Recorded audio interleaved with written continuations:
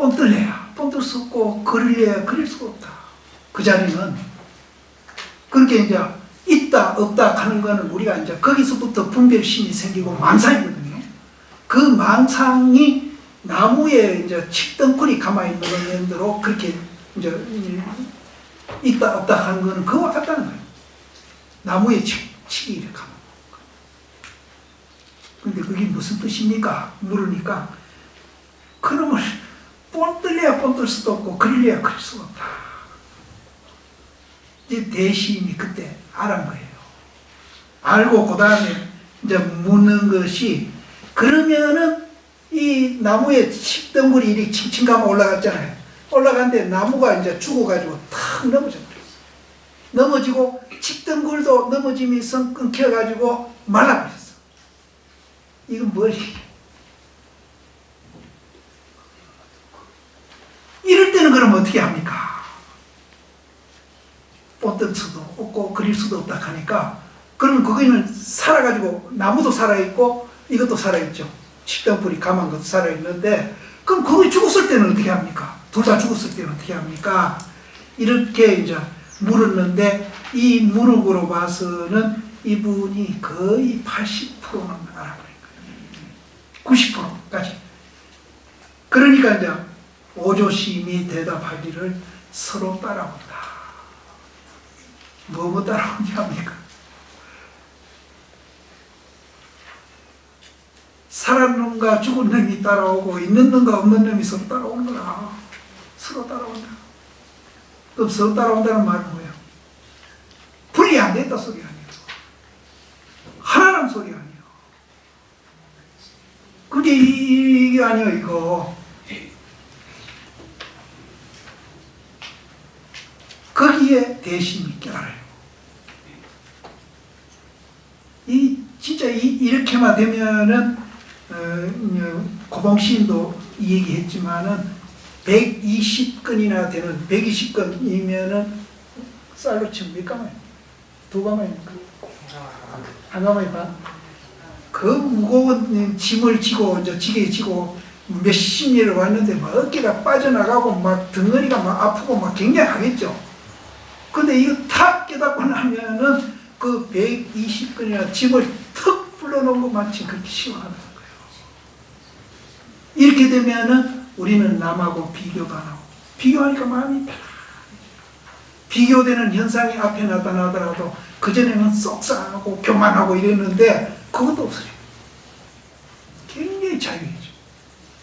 그러니 또 그렇게 나를 행복하게 하고. 옛날에는 내하고 반대되는 놈이 있으면 주먹쥐고 이랬는데 이제는 주먹질 일이 없어. 나하고 반대되는 소리 하더라도 참 안됐다.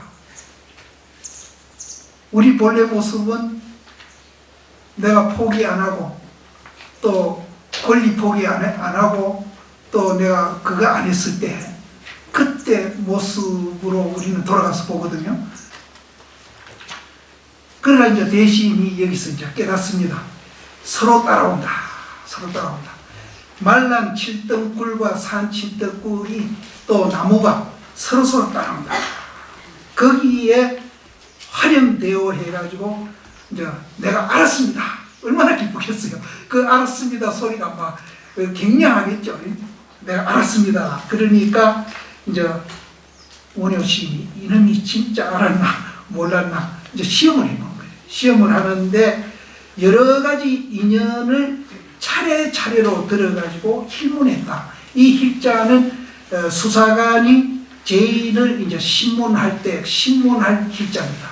그렇게 수사관이 죄인의 죄를 이제 캐내기 위해서 막 날카롭게 유도 질문도 하고 이래서 이제 그 사람 죄를 찾아내듯이 이 선사시임도 이게 진짜 깨달았는지 못 깨달았는지 이렇게 이제 힐문을 했어요. 힐문을 호대 원효심이 거기에 대해서 그 대답하는 것이 10가지 물으면 10가지, 100가지면 100가지 하나도 걸림없이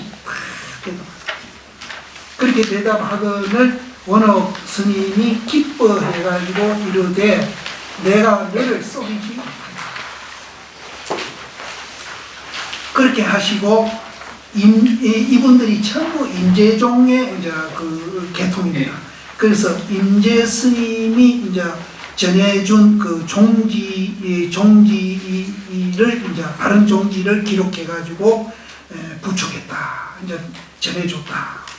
그렇게 하고는 기시를 하여금 기시를 장악해 하거늘, 이 기실이 뭔가 하면은 요즘 말로 이제 조실심 체제로 이제 살림이 이루어져 있으니까 뭐 후원에 살림 사는 사람, 또 나무하는 사람, 청소하는 사람, 뭐 부전하는 사람, 또 이제 바로 시자하는 사람, 또 비서하는 사람, 뭐 이렇게 있었지 않겠어요? 근데 말하자면 여기는 비서입니다, 기실은.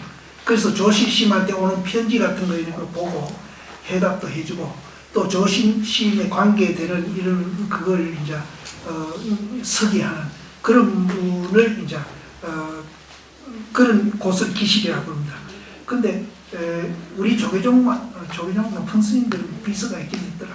나는 어쩔 때 조금 그런 비서가 하나 필요한데 나한테는 해줄 사람이 없어. 왜냐하면은 내가 이제 뭐 어디 사회에서 이제 좀 얘기해달라고 초청받으면은 그 청중이 듣는 사람이 어떤 사람이라는 걸 미리 알아가지고 거기에 맞는 정보를 주면은 불교하고 연관시켜서 내가 이 얘기를 잘 할 수 있는데, 그런 걸 일일이 내가 찾아보고 갈락하니까 골치가 아프고. 그러고 이제 이 얘기 듣는 사람들도 어떤 사람이 옵니다, 이런 이제 정보를 다 들어야 되거든. 근데 천주교는 그렇게 한답니다. 김수환 추기경 같은 사람은 그 밑에 비서도 있지, 확실해. 근데 우리 불교는 아니야. 근데 옛날에 이걸 했더라고, 내가 보니까. 그래서 그런 기시를 장악하게 하거늘 이제 그런 걸 담당합니다. 그렇게 이분이 깨달았으니까 뭐 오죽 잘하겠어요. 스님 어디 법회가 왔습니다. 공무원들이 법회를 해달라는데, 그럼 공무원들은 이제 국가에 의해서 봉사하고 또 국민을 위해서 봉사하고, 봉사하는 것이 얼마나 행복하고 여럿이 함께 더불어 사는데 중요하다는 얘기를 이제 불교에 맞게 한 거예요, 가서. 이제 그런 정보를 다 이제 미리 어떤 사람이 듣는다, 이 얘기를 다. 그것을 담당하는 것이 이제 비서인데, 여기는 기실이라고 하거늘, 사가 인해서, 이런 걸 인해서 원호 제자가 됐다. 그때부터 원호 제자가 됐습니다. 돼가지고 얼마 안 있다가 원호 스님이 총나라에 돌아가시거늘, 이 총나라는 이제 삼국지 보면은 유비, 촉, 오나라, 위나라 이렇게 세 삼국이거든요. 그게 삼국지인데, 이 총나라 수도가 어딨는가 하면은 요번에 그 중국에 지진 났는 그 성도는 지진의 피해를 안 입었는데 그 위에 피해를 입었거든요. 이 성도도 조금 피해가 있다고 합니다. 거기가 옛날 총나라 수도예요. 그러니까 저쪽 성도가 굉장히 저쪽 티베트 가는 길에 그 산중입니다. 산중인데 이분이 거기에서 태어났어요, 원호씨. 그래가지고 자기가 이제 말년에 자기 고향으로 돌아가서 죽습니다. 죽는데 그 총나라 가면은, 지금도 성도에 가면은 원호 스님이 살던 그런 이제 절이 있대요. 있고 이분의 사당이 있다 하는데, 사당은 그건 잘못 전해진 게고 조사장 같은 게 이제 있는 것 같아요. 그런데 나는 여기 성도를 아직 못 가봤어요. 못 가봤는데 원호 씨 고향입니다. 그래서 이분이 이제 고향에 돌아갑니다. 갔는데 돌아가시고 대스님은 이에 자취를 감춥니다. 자취를 감추는데 고봉신도 남송이 망할 때에, 원나라한테 망할 때에 사관이라는 데 들어가서 수행할 때보다 다 고생스럽게 15년 살다가 돌아가시거든요. 근데 이분도 지금 이 시기가 37살에 지금 이런 이제 깨달았는데, 북송이 망하던 해가 이분 나이가 38살입니다. 바로 이 시기라. 그래서 이분도 그 영향을 받고 그런 데 충격을 받고 자취를 감췄는지는 모르겠어요. 근데 이제 자기가 보림을 하려고 자취를 감췄다고 이렇게 이제 우리가 해석을 할 수 있는데, 이분은 법 쓰는 것이 돈호 점수가 아니고 철저히 돈호 돈수기 때문에 보림하고는 관계가 없어요. 관계가 없는데 왜 이렇게 자취를 감추고 암자를 지어가지고 그렇게 혼자 살았는지 모르겠어요. 그래서 경허 스님도 2조 말에 우리가 일본한테 합병당하고 망할 때에 살았던 분인데 경허 스님에 대한 공부를 많이 한 내 아는 거사님에 의하면은 그분 얘기가 경허 스님이 왜 그렇게 비관을 많이 했습니까? 이제 2조 말에 우리나라가 일제 합병될 때 그때 살았던 거예요. 비관을 그렇게 그분 개성에 비관한 글씨가 참 그 시가 많다. 그래서 도인들도 나라 망하면 기분이 안 좋겠지 뭐. 그래서 이분도 이제 보리마로 이제 자취를 감추고 암자를 지어가 숨어 살지는 않았을 거고 이제 그런 영향이 있었지 않겠나. 근데 고봉 스님은 42살에 남성이 망하고 이분은 36살 때 북송이 망합니다. 그 간격이 150년 사이입니다. 150년 전 먼저 북송이 망했을 때 이분은 38살이에요. 깨닫기는 37살 깨닫고.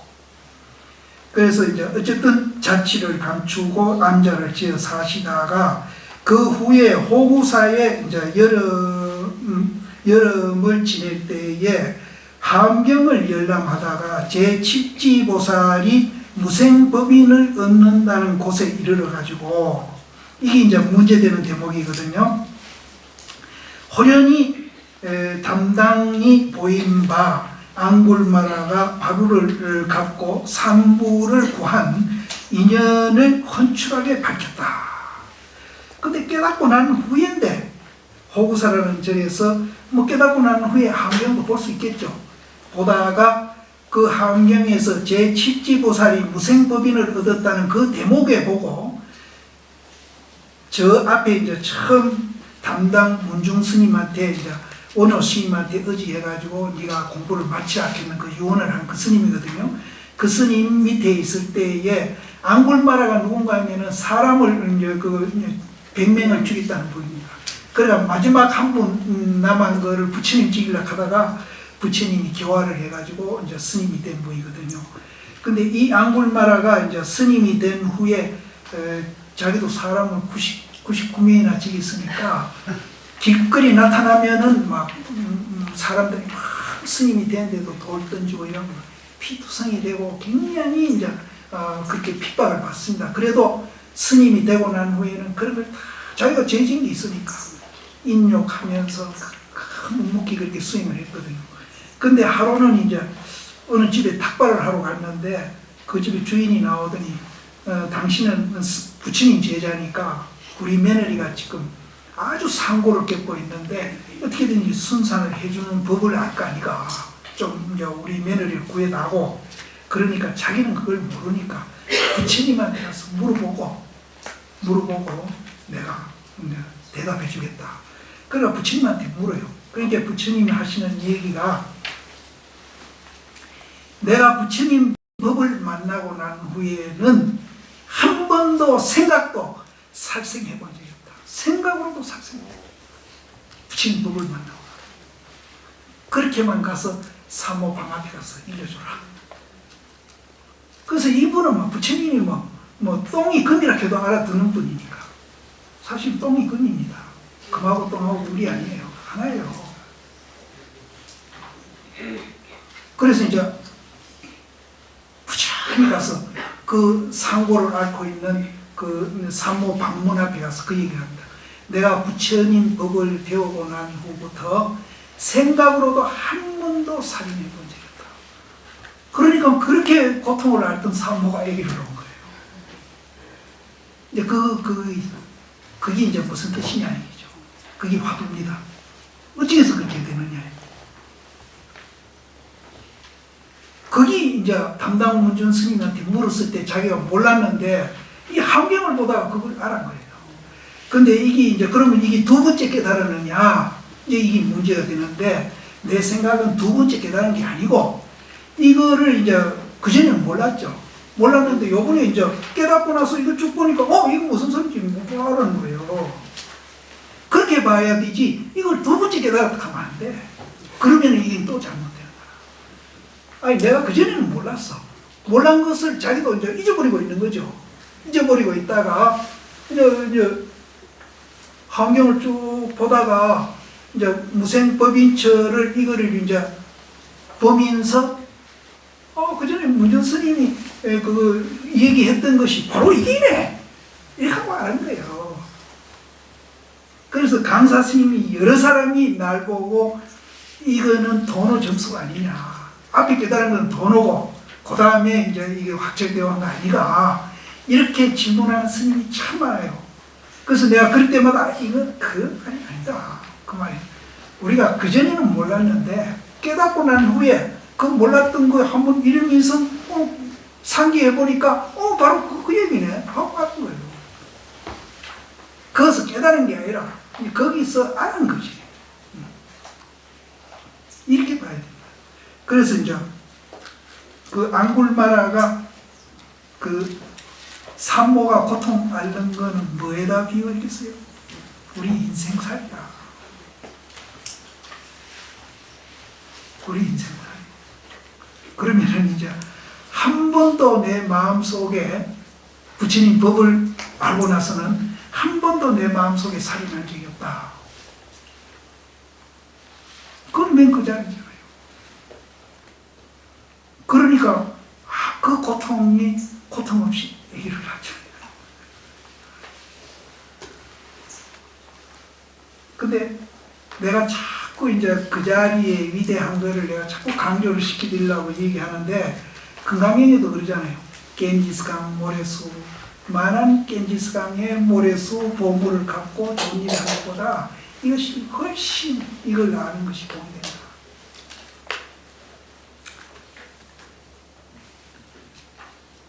그리고 이제 소웅 7년은 이제 48살 되는 행강, 6살 되는 행강 그렇습니다. 그러니까 벌써 이제 토굴 생활하고 호구사 가고 또 이제 이렇게 이제 했는 해가 7, 8년이 이렇게 지내간 거예요. 지내갔는데 오늘 행장에 가서 해야 되는데 지내갔는데 그때의 소홍 7년에 48살입니다. 48살에 대심이 이제 고인이라는 소문이 중국 천지에 퍼지는 거예요. 퍼지니까 임금이 명령을 합니다. 그게 이제 조서에 의해 가지고 임금 명령에 의해 가지고 쌍경사에 주지를 합니다. 쌍경사는 이제 여기 이제 3월달에 갔다 온 분들이 있습니다. 그 김산사를 쌍경사라고 해요. 그래서 내가 그 얘기할 때 내가 쌍경사 하니까 왜 김산사를 쌍경사라고 그럽니까? 그러길래 그 김산사나 쌍경사나 같은 절이요. 내가 그때 정 교수님이 질문했더니 내가 쌍경사라는 말을 쓰니까 왜 김산사를 쌍경사라고 그럽니까? 같은 절이에요. 요 쌍경사라고. 쌍경사에 이제 주지를 했는데 하루에 어떤 날 하루에 저 성도에 갔던 원호 극건선사가 돌아가셨다는 부고가 온 거예요. 부고가 왔는데 거기를 가려면 몇 달이 걸리는데 장사치료로 갈 수는 없죠. 그러니까 이제 쌍경사에서 제문을 짓고 제사를 지내고 그날 저녁 늦게 이제 소참법문을 했어요. 대중을 위해서 소참법문을 했는데 그 법문 가운데에 이제 대심이 이제 이 얘기를 하시기를 어떤 중이 장사에게 묻되 남천 스님이 돌아가셨는데 어느 곳을 향해 갔습니까? 이 남전 스님은 장사 스님의 법사 스님인데 이분은 이제 그 유명한 조주 스님의 또 법사 되는 스님입니다. 그래서 이 남천 스님이 돌아가시니까 장사 스님에게 이제 상계한테 묻기를 남전 스님이 돌아가셨는데 어디로 갔습니까? 우리도 궁금하잖아요. 죽으면 어디로 가는지 모르잖아요. 그러니까 장사 스님이 대답을 할 때 뭐라고 대답했나 하면은 동쪽 마을에서는 당나귀가 되고 서쪽 마을에서는 말이 된다. 이렇게 대답한 거예요. 그러니까 그 물었던 중이 그 뜻이 무슨 뜻입니까? 동쪽 마을에서는 당나귀가 되고 서쪽 마을에서는 말이 된다는 그 말의 뜻이 뭡니까? 물으니까 장사 스님이 대답하기를 타고 싶으면 타고 내리고 싶으면 내리라.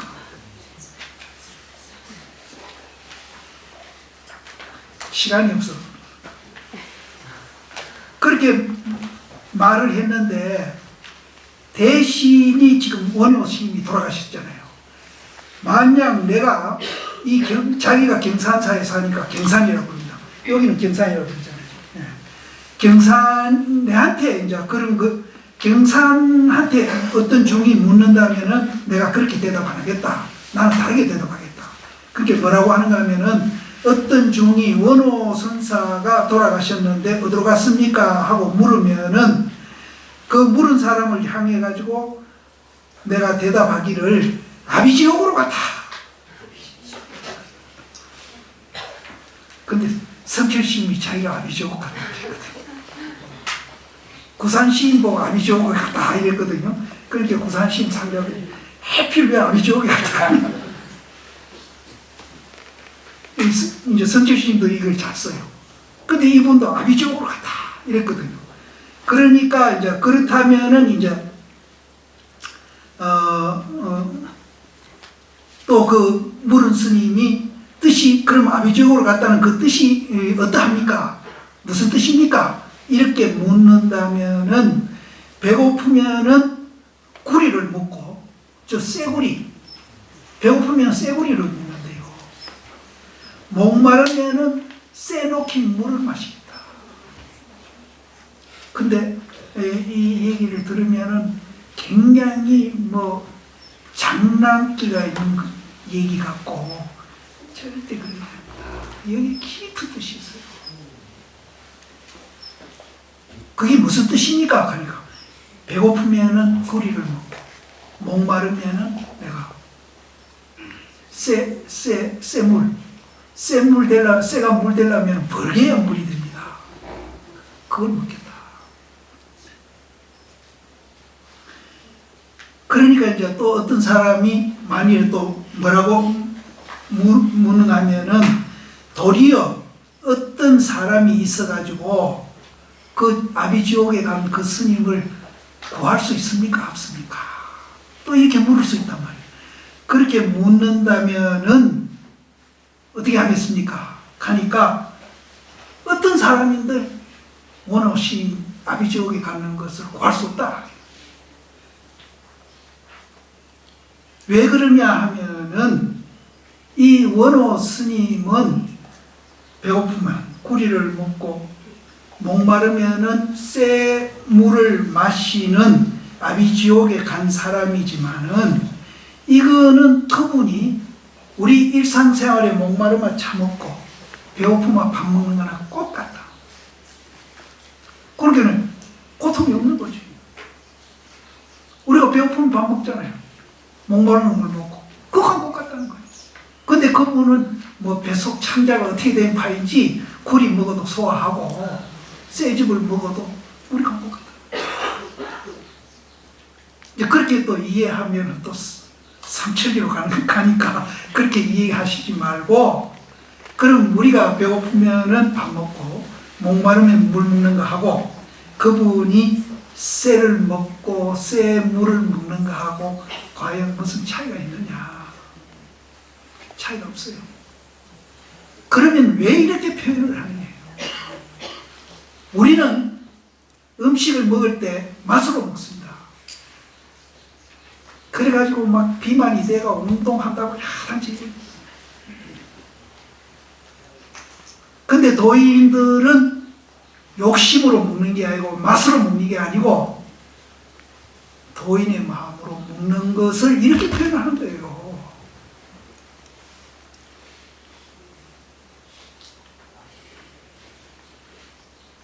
그러면요, 어떤 마음으로 먹어야 이제 이렇게 되느냐, 어떤 마음으로. 그러니까 아까 내가 부처님이 보는 그거를 우리는 못 보고 있다 그랬잖아요. 그걸 그걸 봐야 아비지옥 갔다 가기나 뭐 천당 갔다 가기나 그건 상관없어. 뭐 똥을 먹었다 해도 상관없어. 절대 이건 말장난이 아니에요. 근데 여기에 이제 비교인데, 이게 비교인데, 비교하면서 거기에 상징적으로 뭔가 우리한테 알려주려고 굉장히 자비심이 들어있는 간절한 말이에요.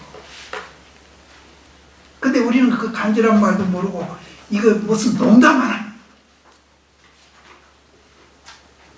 이렇게 생각해요. 심상은 이제 우리 일상생활이거든요. 심상에 뭐 평소에 차 먹고 밥 먹는 거나 같기 때문에 구할 필요도 없다는 거지. 이게 뭐예요? 평상시 시도예요.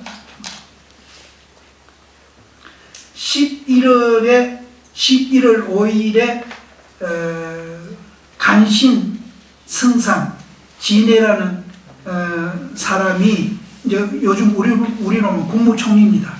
아주 이 사람이 이제 화전을 주장하는 분입니다. 주장하는 분인데 이분이 이제 대심을 장구성의 일당이라 해가지고 장구성인가 이분이 형님인가 동생인가 모르는데 이분도 나중에 성상이 됩니다. 그런데 이분은 주전파들이거든요. 그래 이 주전파들이 이제 화친파한테 밀려가지고 이분들이 기양을 다 가요. 근데 장구성이하고 이제 대심이 굉장히 친해요. 장구성이 아버지가 49제를 법문을 해달라고 해가 가서 법문을 했는데 그때 옳퍼는 그 개송을 티잡아가지고 이제 이분이 기양을 합니다. 그래서 여기는 그게 안 나오고 일당이라 해가지고 임금한테 추청해가지고 이복과 또 도첩, 그때는 스님이 되면 국가에서 이제 도첩을 이린 거예요. 도첩을 이랬는데 그때도 얼마나 부패했는지 전쟁해가지고 전비가 부족하니까 이제 이 도첩 스님들한테 이제 민간인들한테 이제 스님이라는 도첩을 팔아가지고 그 돈 가지고 이제 전비되고 그랬다는 기록도 있어요. 그 당시도 굉장히 부패했었어요. 그런데 그때는 그래도 희망이 있었는 것이 이런 도인들이 많이 있었어요. 성가가 좀 부패하고 이래도 모델들이 도처에 많이 있었는데 요새는 모델이 없으니까 막 이제 가짜 도인들이 나오니까 이게 이제 지금 그때 시대하고 또 다른 거예요. 그때는 가짜 종원만 해도 가짜 도인은 없었어. 지금 이 시대가 이제 그때보다는 더 이제 우리가 비참합니다, 사실은. 그래서 이제 이복 이거 성복을 이제 홀딱 삐낀 거예요. 홀딱 삐끼고 이제 속복 입히고 또 이제 도첩도 머리도 못 깎게 하지. 도첩도 삐끼버리고 그래가지고 형주라는 곳에 15년 동안 기양살이를 했는데 26년 10월에 이제 또 왕명에 의해 가지고 매양이라는 데를 옮겼다가 오래지 아니해서 그 복장하고 형상은 이제 이 머리 길었던 거를 머리를 깎았겠죠. 그리고 이제 복장도 이제 성복으로 갈아입고 이제 기양으로부터 풀려옵니다. 그런데 우리가 생각하면 그 형주라는 데 가서 기양살이 하면 굉장히 고생하고 이래 틀림없이 고생했죠. 했는데 스님들이 제자가 몇백 명이 따라갑니다. 몇백 명이 따라가서 그 스님한테 법문 듣고 시봉하면서 그때 법문했던 기록 15년 동안 굉장히 많이 그게 이제 모아놓은 것이 정법 안장이라 해가지고 이분이 책을 냈습니다. 근데 이분은 자기가 대접 받기나 기양가 있기나 뭐 상관없어. 아까 그랬잖아. 타고 싶으면 타고 내리고 싶으면 내리는 거예요. 들판에서도 내리고 들판에서도 타고 싶으면 타고 또 뭐 어디 뭐 산중에 가서 또 내리고 싶으면 내리고 타고 싶으면 타는 거예요. 좋고 나쁜데 우리 맨대로 일비하고 이러지가 않아요. 근데 제자들이 따라가서 말지 못해요. 기록이야. 근데 이분은 그런 게 상관이 없으니까 건강에도 그렇게 안 해쳤던 것 같아요. 그래서 그때 이제 따라온 제자들한테 열심히 좀 기왕 갔으니까 할 일이 없잖아요. 맨날 이제 용맹정진 하는 거지. 법문해주고 용맹정진 시키고 이렇게 해서 이제 편지 오면은 편지를 또 이제 답해주고 그럴 때에 여기 이제 이 편지도 많이 들어와 있다는 거야. 그때 편지. 그렇게 일본 상관없어요. 그래가지고 이제 왕명에 의해서 매양이라는 데 옮겼다가 오래지 아니해서 머리도 깎고 또 이복도 승복을 갈아입고 이제 방면대에 나왔다. 방면대다. 그래서 그해 11월 달에 아육 왕사의 왕명에 의해 가지고 아육 왕사의 주지를 합니다. 이제 우리 3월 달에 아육 왕사도 갔다 왔어요. 주지를 하다. 28년에 그 3년 후에죠. 25년에 아육 왕사 주지를 하고 11월에 아육 왕사 주지를 26년에서 28년이구나. 그 3년 후에 또 이제 교지에 의해서 왕명에 내려가지고 대스님으로 하여금 다시 경상사 주지를 해가지고 그때 이제 이 스님 나이가 70입니다. 70살에 다시 이제 경상사 주지가 됩니다. 주지가 돼가지고 크게 원호 스님의 종지를 넓혔는데 그 도법이 성하기를 당시에 그 시대의 최고 같아요. 한 2,000명 살았대요. 근데 비석이는 몇 명이라고? 1700대. 1700대. 비석에는 지금 비석이 남아있는데 비석에는 1700대 중이라 되어 있는데 여기는 2,000명이라 되어 있습니다. 그 굉장한 대중이 2,000여 명에 이릅니다. 그런데 이제 이분이 75살에 돌아가시는데 그것이 신사년인가 모르겠어요. 신사 봄에 맹월당이라는 데서 물러가 거처 하미르니 그 다음 해 이모년에 임금이 호를 내리기를 대승사라는 호를 내렸다. 효종 융흥 원년 개미년에 명월당에 했는데 하루 저녁에 대중이 한 별이 이제 절 서쪽에 떨어지는데 그 유광이 별이 떨어질 때 이렇게 막 이렇게 선을 꽂고 오잖아요. 그시 유광이 굉장히 이제 밝은 것을 대중이 이제 봤다. 사가 대신께서 뭐 크게 아프신 거 아니고 조금 이제 아프심을 보이다가 8월 9일에 대중에 일러 가로되 내가 내일 가겠다. 이제 자기 이제 내일 내가 가겠다 하더니 저녁 오경에 이제 사실은 오경은 우리나라 그걸로 하면은 새벽이거든요. 근데 여기 저녁 오경이라 했어요. 근데 저녁을 밤이라고 보면 되겠죠. 밤 오경에 이게 오경이 새벽 3시간 4시간 그럴 거예요. 저녁 오경에 손수 유포를 쓰고 그 당시는 죽으면 이제 임금한테 뭘 이렇게 글을 올렸던 것 같아요. 유포를 쓰고 아울러 후사를 부탁한데 이 유포도 어째 보면은 임금한테 내가 죽으니까 이제 정치도 좀 잘하고 또 불교도 이제 잘 보호를 살펴달라 이런 내용이겠죠. 이런 내용인데 사실은 불교를 제대로 믿으면은 정치를 잘하는 겁니다. 그래서 우리 이제 네 편, 내 편, 또 뭐 불교, 도교, 뭐 유교 이렇게 갈라가지고 불교만 특별히 이렇게 잘해달라고 부탁한 게 아니고 불교를 이해하면은 정치를 자연적으로 잘하게 되니까 불교를 오랫동안 지속되게 해서 나라가 태평하고 국민이 행복하게 이렇게 해달라 이런 내용으로 이 얘기를 하는 거는 우리가 뭐 임금 아니라도 뭐 가정집 내가 죽으면서 뒷집 사람한테 부탁할 수도 있고 아들한테도 부탁할 수 있는 겁니다. 그래서 임금한테 부탁했다 하니까 그때는 무슨 정치하는 시녀가 돼가 종교가 그렇게 했는지 안 했냐 이렇게 생각하면 오해입니다. 그래서 이제 임금한테 그렇게 유포 남긴 거는 불교를 알면은 자연 정치를 잘하니까. 그럼 이제 국민이 행복하고 나라가 잘 되니까. 그렇게 해서 이제 유포를 한 것이지, 이거를 지금 우리 스님들 가운데에 이제 개혁파 스님들이 있거든요. 좀 진보적인 스님들이 있는데, 이 스님들이 이런 거 보면 막 알레기를 일으키거든요. 막 임금한테 아부해가지고 그러니까. 근데 내가 볼 때는 조금은 잘못된 거죠. 불교를 잘 임금이 이해를 하면은 국가가 잘 된 거예요. 그런데 우리 불교인만 잘 되자는 게 절대 아니거든요. 모든 사람이 잘 되자는 것이지. 그래서 이런 것도 우리가 이제 그렇게 이제 뭐 색안경 쓰고 볼 일이 없어. 근데 그렇게 색안경 보는 사람들은 이제 니다 내다 편견에 빠진 사람들이에요.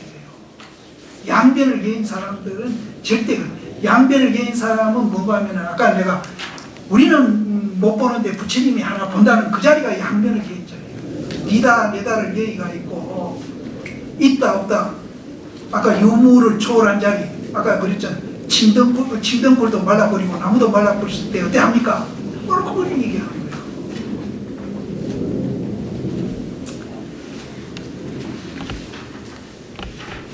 유포를 쓰고 아울러 구사도 부탁한다. 구사는 부탁한 거는 불법을 잘 믿으십시오. 불법이야말로 나라를 부흥하게 하고 백성을 편안하게 하는 겁니다. 이거 뭐 조금도 잘못된 거 없어요. 어떤 그럴 때에 요연이라는 스님이 이제 그럼 스님 내일 돌아가신다 하니까 열반 개송을 한 수 남겨야 될 거 아닙니까? 사실 안 남겨도 되거든요. 근데 이제 요연이라는 스님이 부탁을 했어. 스님 열반송 한 수 남기십시오. 이렇게 부탁을 하니까 이분 대답이 참 굉장히 걸작이에요. 사가 이에 크게 써가지고 가로되 개송을 남기는데 이 개송을 쓰기 위한 개송이 아니고 개송을 남기라 하니까 거기에 대한 사실은 대답입니다. 거기에 대한 대답인데 뭐라고 대답하면 산 것도 이러하고 여태까지 내가 살아오는 건 네 봤지 않느냐. 산 것도 네가 봤지 않느냐. 산 것도 이러하고 뭐 조금 더 빼고 더 할 것 없다. 네 본 그대로 가. 또 그 다음에 죽는 것도 이러하고 이제 내가 조금 있으면 죽을 텐데 죽는 것도 네가 볼 거 아니가. 거기다 뭐 보태고 빼고 할 거 없어. 산 것도 네가 봤고 이제 죽을 것도 벗기고 그것만 보면은 그게 열반개송이지 무슨 개가 있고 없고 무슨 유행이고 열카는 거는 유행이고 하죠. 유행.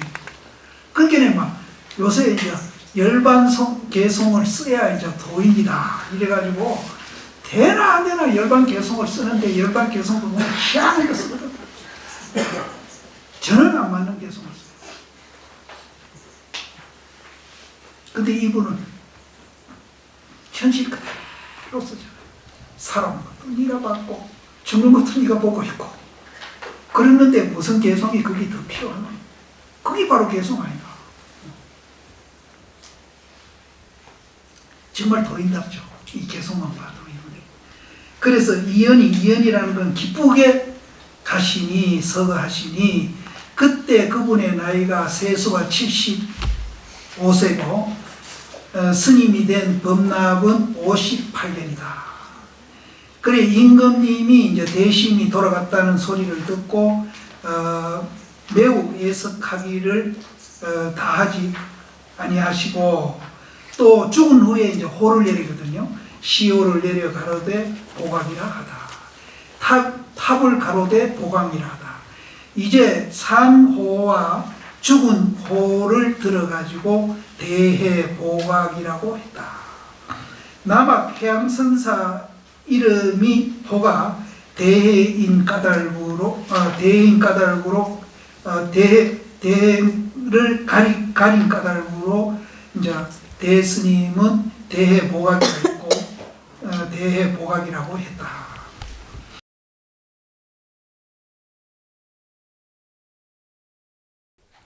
왜 우리가 불교를 믿고 중놀이를 하며 공부를 해야 하는지 하는 그런 이유를 일깨워주는 책이라고 저는 봅니다. 그래서 이 서장이 여러분들은 어떨지는 모르겠습니다만은 저한테는 아주 귀중한 어록이었습니다. 그래서 가끔 저 가까운 분들하고 이 서장을 보기도 하고 그럽니다. 하나는 그렇다면은 우리가 어떻게 공부를 해야 하는지 하는 공부하는 방법에 대한 이야기도 아주 철저히 잘 쓰여 있다는 것을 저는 느꼈습니다. 그래서 요 두 가지 측면에서 항상 염두에 두시고 이 서장을 보면은 굉장히 이제 도움이 되시리라고 봅니다. 운문을 할 때 성이 운문에게 묻되 어떤 것이 제불의 출신처입니까? 부처님이 나는 곳이 어떤 것입니까? 운문 스님한테 어떤 스님이 그렇게 물었습니다. 그러니까 운문 스님 대답이 동산은 우리가 그냥 보는 아무 산이라고 아셔도 됩니다. 동산이 물리로 간다. 걸어간다 해도 됩니다. 물리로 간다. 부처님이 이제 태어난 곳을 물었는데 동산이 물리로 간다.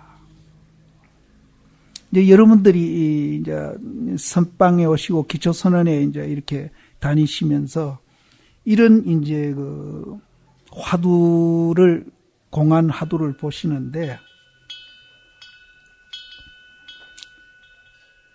이해하는 분이 있습니까?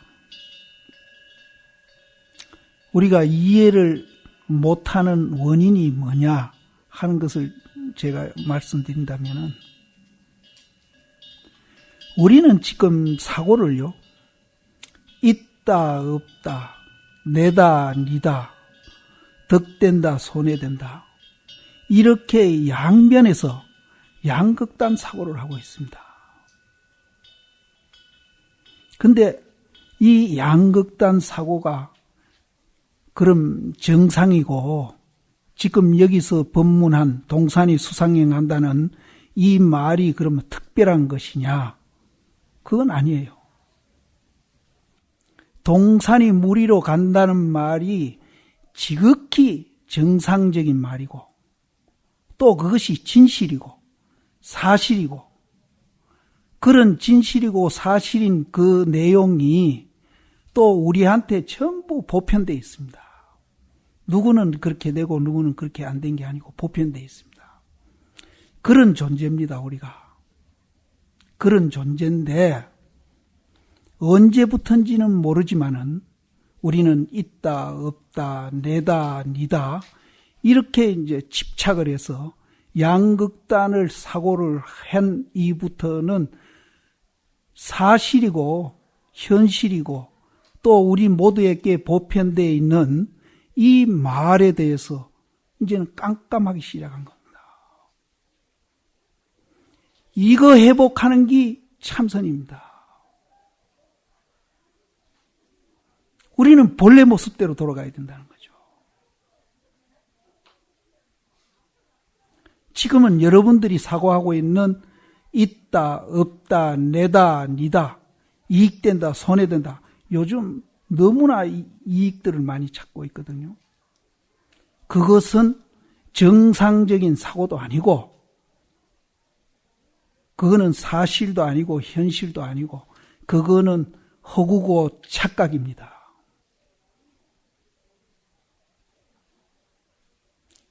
전혀 실감 안 나시죠? 그건 잘못된 사고예요. 잘못된 정도가 아니라 허구입니다. 허구. 착각이고.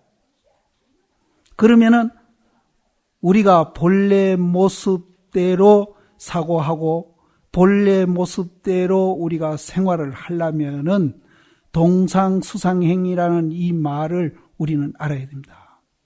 이 말을 알고 나면은 우리는 정상인이 됩니다. 양극단에서 사고하는 지금 우리는 비정상인입니다. 그래서 저는 이 얘기를 선배 시인들한테 듣고 어록을 통해서 이해는 했는데 하고 나니까 굉장히 억울하대요.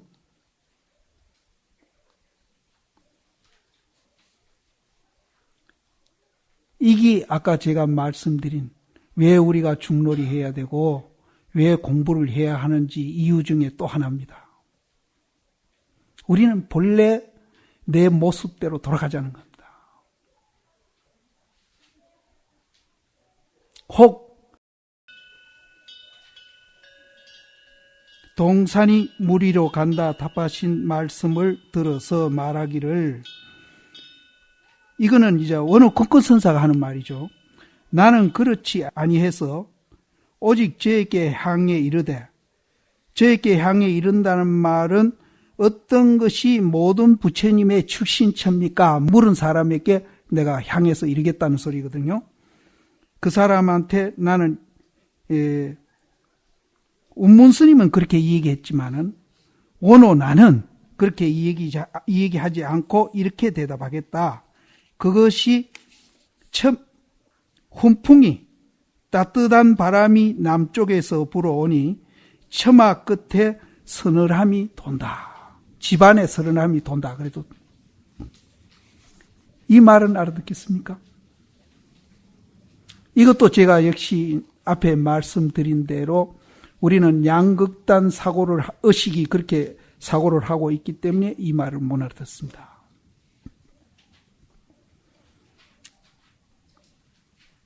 우리가 정상적인 사람으로 돌아가면은 이 말은 우리가 배고프면 밥 먹고 고단하면 잠자는 것과 같이 당연하게 이 말을 이해하고 알아듣게 됩니다.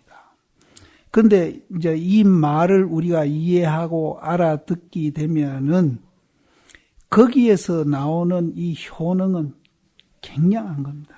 스님이 말씀을 듣고 호련히 앞뒤가 끊어졌다. 아까 양극단 사고를 하기 때문에 우리는 못 알아듣는다. 그 양극단 사고하는 것은 허구고 착각이다. 근데 대스님은 원효 국건선사가 따뜻한 바람이 남쪽에 불어오니 집안이 서늘하다. 이 소리를 듣고 양극단이 끊어졌습니다. 전우제가 끊겼다는 말은 양극단이 끊겨졌다는 얘기입니다.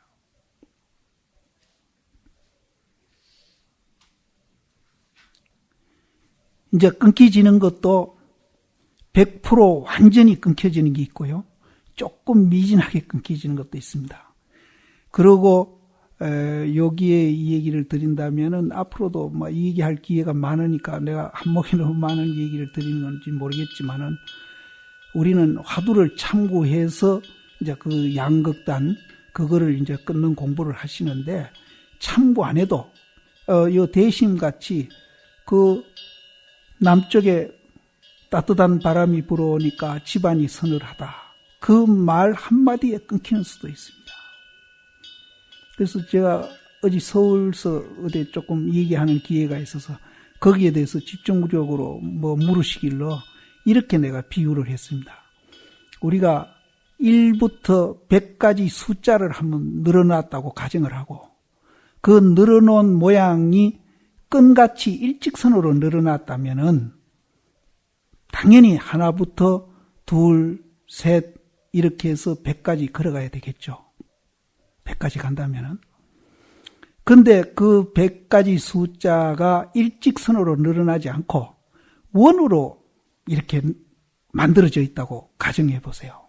원으로. 그럼 1과 100이 굉장히 가깝죠. 바로 옆이잖아요. 말 한마디에 깨닫는 분들은 1과 100으로 가는 게 아니고 1에서 돌아섭니다. 돌아서면 바로 100이에요. 그분들은 말 한마디에 깨치는 분들이라. 이런 분들 많이 있어요. 우리도 얼마든지 가능성을 갖고 있습니다. 왜 우리는 못 그럽니까? 얼마든지 가능성 갖고 있습니다. 굳이 하나부터 100까지 안 걸어가도 돌아서는 방법이 있습니다. 그런 분도 많이 있고요. 생각해 보세요. 1에서 100까지 숫자가 원이 되어 있다고 생각해 보세요. 제일 가까운 숫자가 1하고 뭡니까? 100 아닙니까? 겹치졌다 해도 우리는 됩니다. 겹쳐졌다 해도. 그러니까 용기를 내고 우리가 꼭 100가지 차례차례로 숫자를 밟으면서 가는 길도 있지만은 안 그런 길도 있다. 그래서 저는 그거를 순간깨침이라고 그럽니다. 순간깨침. 그리고 하나부터 100까지 밟아가는 것을 참구깨침이라고 그러는데요. 이 두 가지가 다 있습니다. 그래서 우리는 어느 경우에 해당할는지 모릅니다. 그러니까 우리는 굳이 100가지 숫자를 밟아야 된다는 그런 마음은 가질 필요는 없습니다. 원호 스님 방에서 어떤 중이 묻기를 육구 묵구가 칠렁쿨이 나무를 의지한 것과 같다고 한 하두 물음을 듣고, 방금 우리는 이제 양극단 사고를 하기 때문에 이런 말을 이해를 못한다 내가 그랬는데, 바로 이 말이 그겁니다. 있다 없다, 그것을 나무에 칠렁쿨이 감아 있는 것 같이 있기 때문에 우리는 못 알아듣는 겁니다. 근데 여기서 육구 묵구가 칠렁쿨이 나무를 의지한 것 같다고 이제 물음을 듣고 스님이 드디어 묻기를, 원호 스님한테 묻는 겁니다. 스님께서 당시에 오조해상에 일찍이 이 말씀을 물었다 하니 무슨 소식입니까? 이제 원호 국건선사의 법사 스님이 오조 법연 스님입니다. 그래서 옛날에 스님께서 오조 법연선사 해상에 계실 때에 이것을 물었다고 하시니 이게 무슨 말입니까? 하고 대심이 원호 스님한테 묻는 거죠. 그러니까 원호 스님께서 웃고 대답을 안 하셨습니다. 그냥 웃기만 하고 대답을 안 하셨어요. 스님이 말씀하기를, 내가 알기로는 그때 원호 스님이 웃고 대답도 안 했지만은 망상 피우지 말아라 하는 말로 대답한 걸로 알고 있는데 여기는 그게 안 나왔네요. 예, 어쨌든 웃고 대답을 하지 아니했습니다. 스님께서 말씀하시기를, 스님께서 오조 법륜 스님한테 묻는 거죠.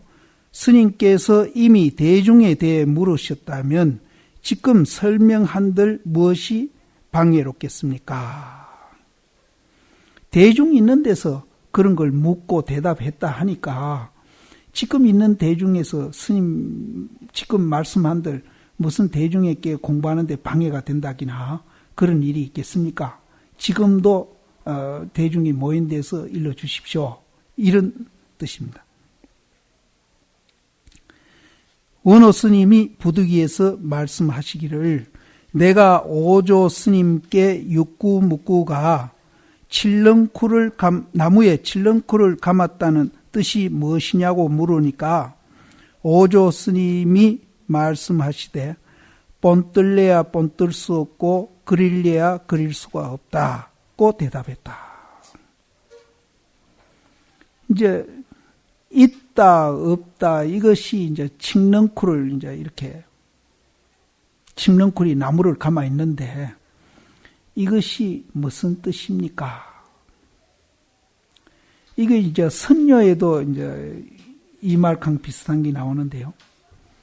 선녀에는 조주 스님한테 어떤 스님이 묻기를,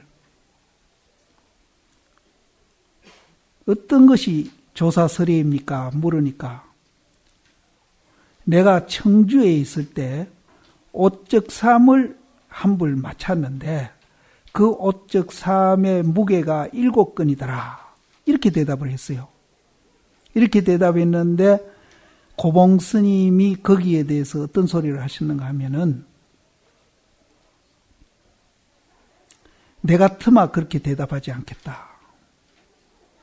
그러면서 당신이 하신 대답이 뭔가 하면은 개가 펄펄 끓는 기름 가마솥을 핥는 거나 같다.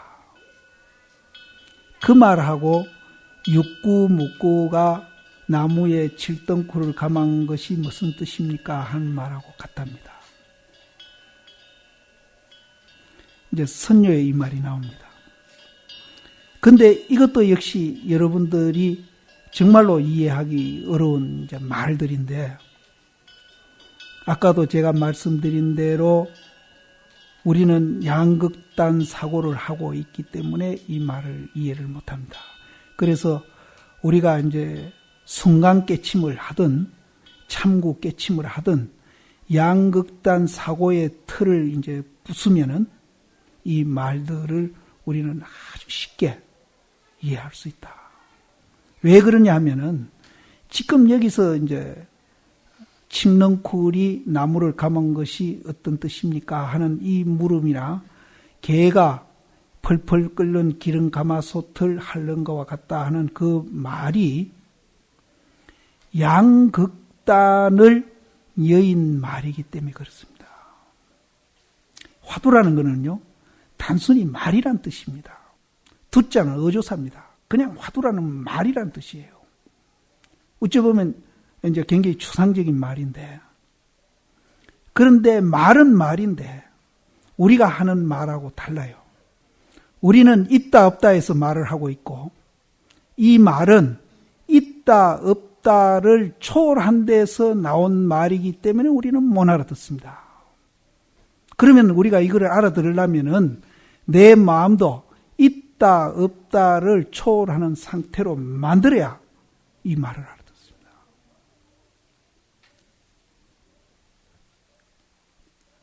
이게 못 알아듣는 게 당연한 겁니다. 그래서 또 그 초월한 말로 표현한 것이 본뜰래야 본뜰 수 없고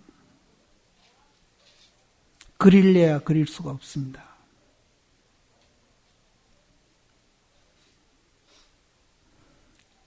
눈동자가 눈동자를 못 보죠. 또 묻기를 나무가 넘어지고 등이 마를 때에 어떠합니까? 그럼 육구묵구 칠덩쿨이 나무에 의지해 있을 때는 그릴래야 그릴 수 없고 본뜰래야 본뜰 수가 없는데, 그럼 육구묵구라는 덩칠이 나무가 넘어져서 그 등나무까지도 함께 마를 때에 어떠합니까? 그렇게 대심이 물었어요. 원어권권 선사한테. 그러니까 원어권권 선사 말씀이 상수례한다. 서로 따라온다. 서로 따라온다 하는 거 보니까 분명히 하나는 아닌 모양인데요. 이것도 역시 마찬가지입니다. 양변을 예인 말이기 때문에 우리는 이해를 못합니다. 이 말 아래에 스님이 화련대오하여 이르되 저는 알았습니다 하니, 원어가 기뻐서 말씀하시기를 내가 너를 속이지 못하겠다 하며 이에 임재정종기를 지어주고 서기시를 맡게 하시니 스님이 이에 원어의 제자가 되었다. 그가 촉당으로 돌아가니 스님은 이에 모습을 숨기고 토구를 짓고 살았다. 뒤에 호구사에서 여름을 지내며 함경을 보다가 제7지보살이 무생법인을 얻는다는 곳에 이르러서 호련히 담당의 보이심과 앙굴마라가 바루를 가지고 삼부를 구했다는 인연을 헌출히 밝혔다. 근데 요거 가지고 이제 조금 시비하는 이들이 있습니다. 저 앞에서 원효 스님한테 임재정종기도 받고 인가도 받고 다 했는데 또 뒤에 함경 칠지보살 품에서 또 이제 뭘 앙굴마라가 그 한 하두가 있습니다. 그거를 깨달았다 하니까 그럼 앞에 깨달은 걸 묻고 뒤에 깨달은 건 뭐냐? 이제 그런 이제 질문을 하는데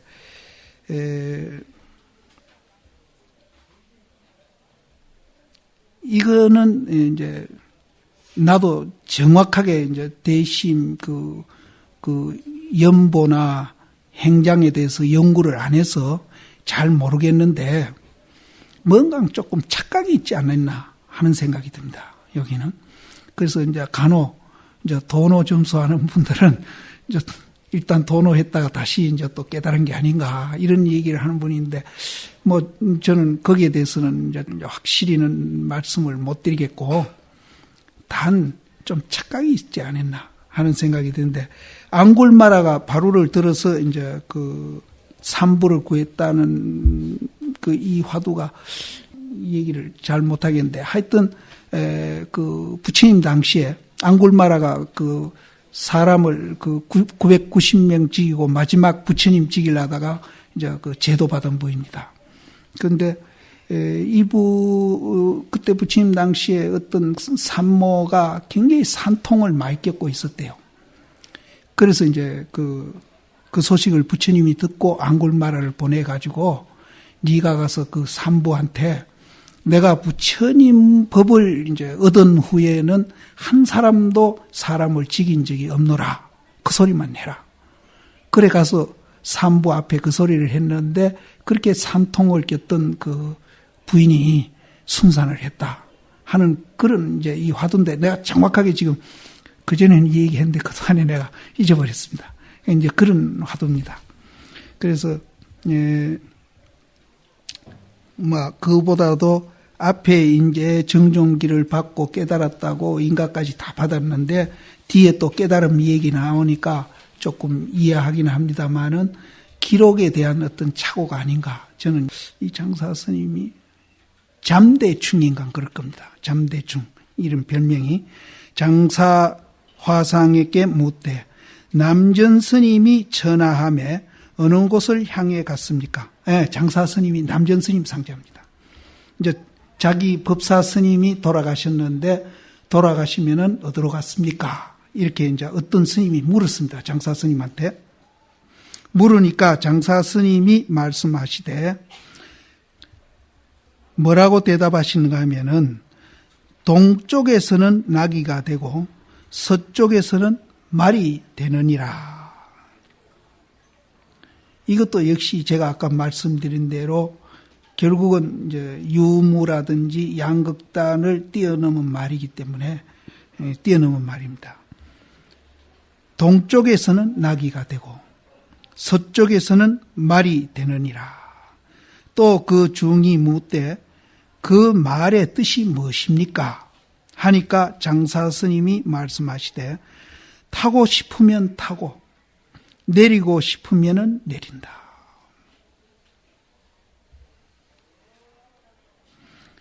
대심이 이제 소참법문에 이 법문을 인용을 하시고 당신이 또 말씀하십니다.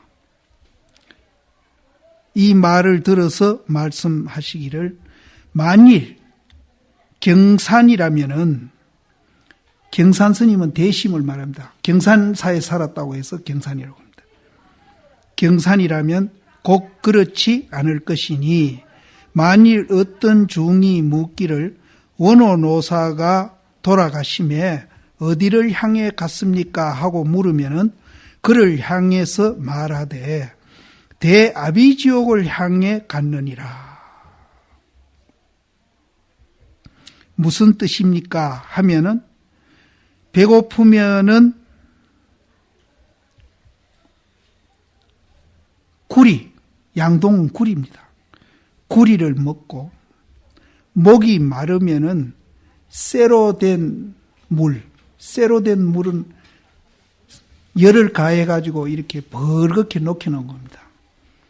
그 쇠로 된 물을 마시겠다. 어느 국건선사가 죽어서 들어갔느냐 하니까 대아비지옥을 향해서 갔다. 이런 말들은 들었습니다. 성철 스님도 자기 평생 남녀를 속여가지고 한이 만단이고 자기가 살아서 생지옥에 갔다. 이렇게 말씀을 하셨어요. 이제 요 말만 들으면은 이제 한 가지 측면만 얘기했기 때문에 성철 스님은 그 후에 일구를 더 하셨죠. 해질녘에 붉은 해가 청산에 걸려 있더라. 제가 지금 정확하게 그대로는 얘기 못하고 뜻만 지금 내가 그 개성을 잃어버리니까 뜻만 얘기를 합니다. 그렇게 대답을 하셨거든요. 그랬는데 여기도 대심이 원호 스님이 돌아가셨다면 어디로 갔습니까? 물으니까 대아비지옥에 떨어졌다. 그게 무슨 뜻입니까? 성철 스님은 석양에 해가 청산에 걸려 있더라. 이렇게 말씀을 하셨는데 여기는 배고프면은 구리를 먹고 목마르면은 벌건 녹아있는 쇠물을 마시겠다.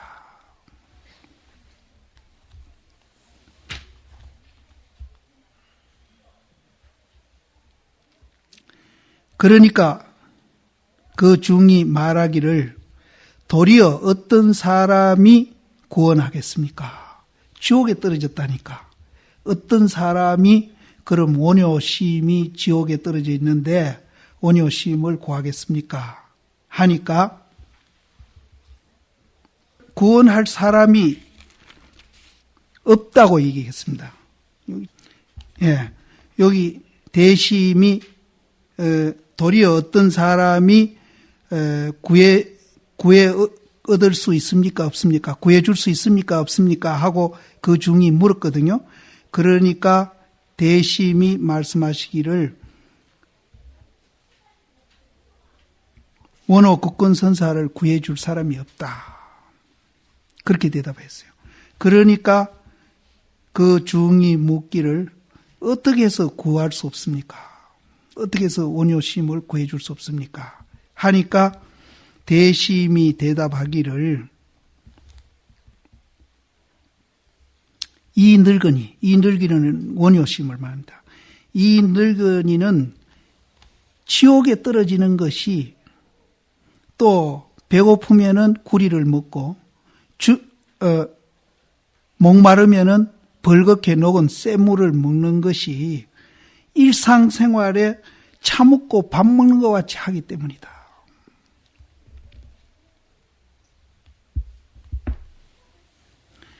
그러니까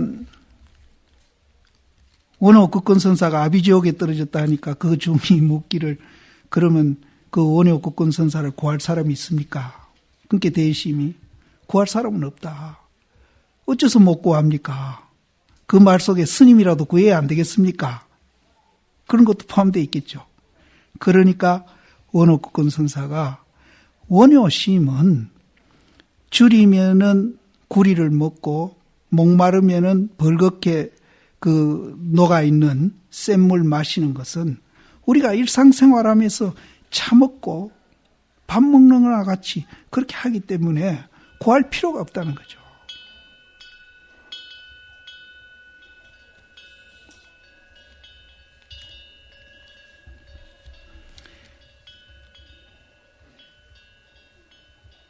여기는 이 늙은이의 평상시의 살림이니라 이렇게 번역을 했네요. 이 번역은 누구 번역입니까? 뭐 살림이라 해도 틀리지 않는데 일상생활에 차 먹고 밥 먹는 거나 똑같다. 그런 뜻입니다. 그래서 원효심은 이 창자가 어떻게 된 창자인지는 몰라도 구리도 먹고 벌건 그런 이제 녹은 쇳물도 먹는 그런 스님입니다. 그런데 그렇게 생각해서는 안 되겠죠. 여기에 담겨 있는 이제 의미를 우리는 내 사고 양극단하고 있는 사고를 부숴가지고 이 낙처를 알아내야 됩니다. 동산이 물리로 간다라든지 이런 말들이 전부 이제 맥락을 같이 하고 있습니다. 그런데 그것을 사실 그대로 받아들이면은 이제 그런 경우를 말에 쫓아가고 말에 떨어진다고 그러거든요. 말에 쫓아가고 말에 떨어져서는 안 됩니다. 낙처만 알면은 이런 말들이 무슨 말인지 우리가 다 알게 되죠. 성 요연이가 계를 청하자 스님이 이에 크게 쓰고 이르되 나는 것도 이러하고 죽는 것도 이러하거늘 개가 있고 개가 없음이여 이 무슨 뜨거움인고 하시고 편안히 가시니 세수는 75이요 범납은 58세이다. 전 큰 스님들 돌아가시면 열반송을 모두 많이 지으시고 그러는데 이 열반송 같이 잘된 열반송이 없다고 봐요. 그대로입니다. 열반송을 이제 하나 지어 주십시오 하니까 네가 여태 내 옆에 시자를 하면서 산 것도 보아왔지 않느냐. 평소 스님을 모셨으니까 산 것도 네가 봤고 지금 또 내 죽는 것도 보고 있지 않느냐. 현실 그대로 얘기합니다. 산 것도 봤고 죽은 것도 지금 보고 있고. 그래서 이제 나는 거라고 그러는데 나는 게 아니고 살아가는 거. 살아가는 것도 이러하고 네가 보고 있지 않냐 지금. 또 죽는 것도 지금 네가 보고 있지 않냐. 그러면 다 됐지. 그것 말고 무슨 개가 있고 없고 필요하냐 이기죠. 있는 그대로. 이거 봐라. 열반성이 뭐 필요하노? 산 거 그대로 열반성이고 죽는 거 그대로 열반성인데 무슨 따로 열반성이 필요하냐.